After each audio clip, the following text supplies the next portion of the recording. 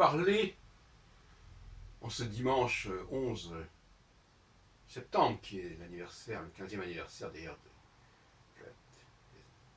de l'affaire du Trade Center, ce n'est pas du tout le sujet de mon exposé. Je vais vous parler de la difficulté qu'ont beaucoup d'astrologues aujourd'hui à répondre intelligemment aux questions qu'on leur pose. On a l'impression qu'il y a de moins en moins de personnes qui sont capables de tenir un discours cohérent sur l'astrologie, sur les fondements de l'astrologie, sur les différents dispositifs de l'astrologie. C'est comme si il y avait beaucoup de techniciens qui savaient se servir d'une certaine pratique en cours, en vigueur, et que finalement, les personnes capables de parler à un autre niveau de l'astrologie étaient des personnes qui étaient mortes en quelque sorte, qui appartenaient à d'autres générations précédentes. Et cela conduit à une espèce de paranoïa dans la mesure où quelqu'un qui est interrogé et qui ne peut pas répondre, à qui on n'a pas donné les réponses et qu'on ne peut pas aider à répondre, il est traumatisé quelque part par la question. Et quand on est traumatisé par la question, on peut avoir des réactions un peu bizarres. Et ça vaut dans beaucoup d'autres domaines que l'astrologie, bien entendu. Par exemple, la question juive, interroger un juif comme ça, que vous de rencontre, sur les problèmes liés à la judéité, au judaïsme, vous rencontrerez souvent une espèce de comportement défensif. Qu'est-ce que vous me voulez? Pourquoi vous me posez ce genre de questions? Qu'est-ce que je vous ai fait? Voilà. Donc, l'ignorance rend agressif. La méconnaissance rend agressif. Met sur la défensive. Crée des réactions immunitaires, des réactions de rejet. Et ces réactions de rejet méritent d'être analysées quelque part. Car s'il y a des attaques, il y a aussi des rejets. Et les rejets peuvent être aussi lourds de conséquences que les attaques. Et les attaques peuvent n'être que des interrogations, peuvent n'être que des questions. C'est ainsi que il est très facile de démonter, comme on dit, de perturber un astrologue en lui posant les questions les plus insignifiantes sur sa science. Et le pauvre astrologue, ou la pauvre astrologue plutôt d'ailleurs, n'aura comme réaction que de dire bah, écoutez, voilà, laissez-moi tranquille, regardez, là je travaille, laissez-moi travailler en paix, ne posez pas des questions idiotes sur pourquoi ceci, comment ceci. Voilà, regardez comment je travaille, je fais mon boulot, je fais ce qu'on m'a demandé, je fais ce qu'on m'a appris, et je fais ce qu'on attend de moi. Voilà.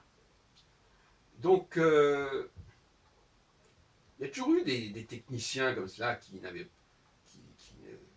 n'étaient pas en mesure tout simplement de répondre à cela.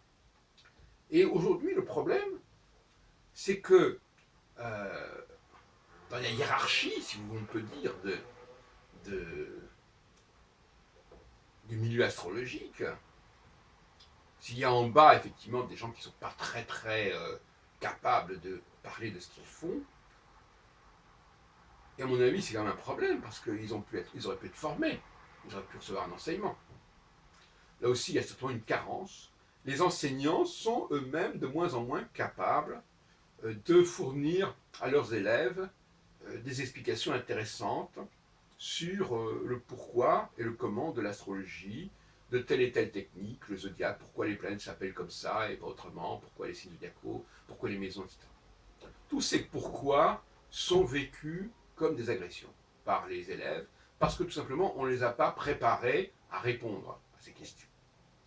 Alors ils en veulent à la fois à leurs enseignants qui les ont mal formés, ou qui ont cru que ce n'était pas la peine, et ils en veulent bien entendu aux personnes qui les interpellent. Et on arrive sur Internet notamment à rassembler au niveau Facebook, au niveau des groupes, des personnes qui sont rassemblées non pas autour de quelqu'un qui serait plus compétent, mais qui sont tout simplement des personnes qui ont le même profil. Donc aucun ne peut aider l'autre. Vous voyez ce que je veux dire? Et ça, c'est assez curieux. Facebook permettrait de créer des rassemblements où il n'y a pas de centre, qui sont simplement des gens qui sont intéressés par la question, mais dont aucun n'est capable de fournir des clés, des pistes de recherche au niveau de l'origine de l'astrologie, des fondements du discours, du savoir astrologique.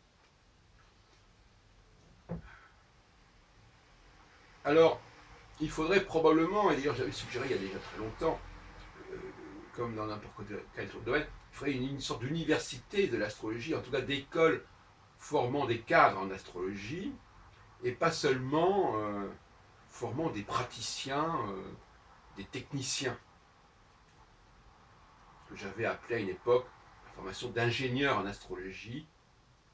Et les ingénieurs en astrologie font cruellement défaut au milieu astrologique actuel. Ce qui fait que l'astrologie est de moins en moins attractive, non pas pour les gens de bas de gamme, mais pour les gens de haut de gamme qui ont des formations par ailleurs et qui s'aperçoivent que que leurs questions, justement leurs exigences intellectuelles, ne rencontrent pas de réponse. Et ils se persuadent finalement que l'astrologie n'est pas une sorte de superstition, de pratique comme ça, on ne sait pas très bien d'où ça sort, et qu'il n'y a personne il n'y a pas de pilote dans l'avion en fait. Il n'y a pas de pilote dans l'avion, on ne sait pas qui. Et le pire, c'est que lorsqu'on leur propose des réponses, ça les gêne. Pourquoi? Parce que ces explications sont souvent la cause de remise en question.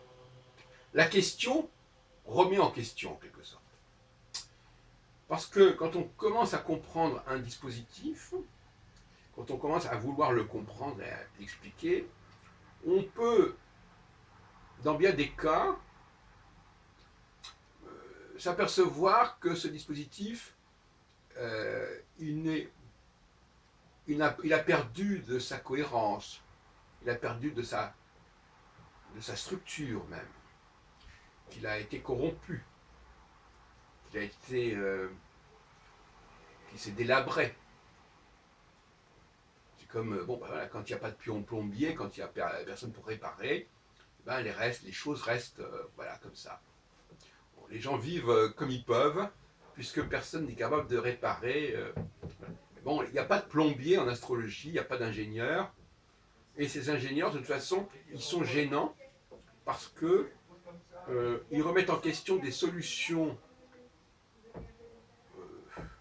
de fortune qui ont pu être trouvées par les uns et les autres, et qui finalement font que le provisoire et le temporaire sont devenus la norme et sont devenus en quelque sorte la pratique en vigueur. Si bien que le dialogue entre les chercheurs, les historiens des textes, les historiens des origines, des sources, et les techniciens est de plus en plus difficile. À telle enseigne d'ailleurs que euh, ces techniciens, ils, ils, ils n'ont à la bouche que c'est de l'anti-astrologie. Quelqu'un qui se dit, mais ce résultat, qu'est-ce que ça veut dire? Qu'est-ce que ça prouve? Ça aussi, c'est de l'anti-astrologie. Se demander, est-ce que s'il y a 1000 personnes, si quelqu'un utilise 1000 voit 1000 clients et qu'il utilise chaque fois sa méthode avec chacun de ses clients, est-ce que ça prouve la valeur de la méthode, par exemple? Alors, on parle de statistiques dans ces cas-là, moi je n'appelle pas ça des statistiques. Statistiques, c'est à partir d'un seul et même modèle. Ce n'est pas un modèle qui change, protéiforme, qui change avec chaque client, dans des conditions qui sont chaque fois différentes. Enfin, bref, pour nous résumer, nous avons un mauvais climat dans le milieu astrologique actuellement, de personnes qui se sentent persécutées, agressées, parce qu'on leur pose des questions, parce qu'on se pose des questions à leur sujet, au sujet de leur savoir, au sujet de leur pratique. Et donc l'accusation d'anti-astrologie, elle est beaucoup plus fréquente aujourd'hui qu'il y a 50 ans, de la part des astrologues. Puisque les gens sont de plus en plus démunis face aux questions qu'on leur pose, qu'ils ne veulent pas qu'on les dérange, qu'ils veulent qu'on les laisse tranquilles, qu'on ne vienne pas les importuner par des questions impertinentes. Et voilà, ils n'ont rien trouvé d'autre que de lancer cette invective d'anti-astrologie, alors que s'ils avaient une certaine faculté à répondre aux questions qu'on leur pose, ils ne se sentiraient pas de cette façon, aussi agressés.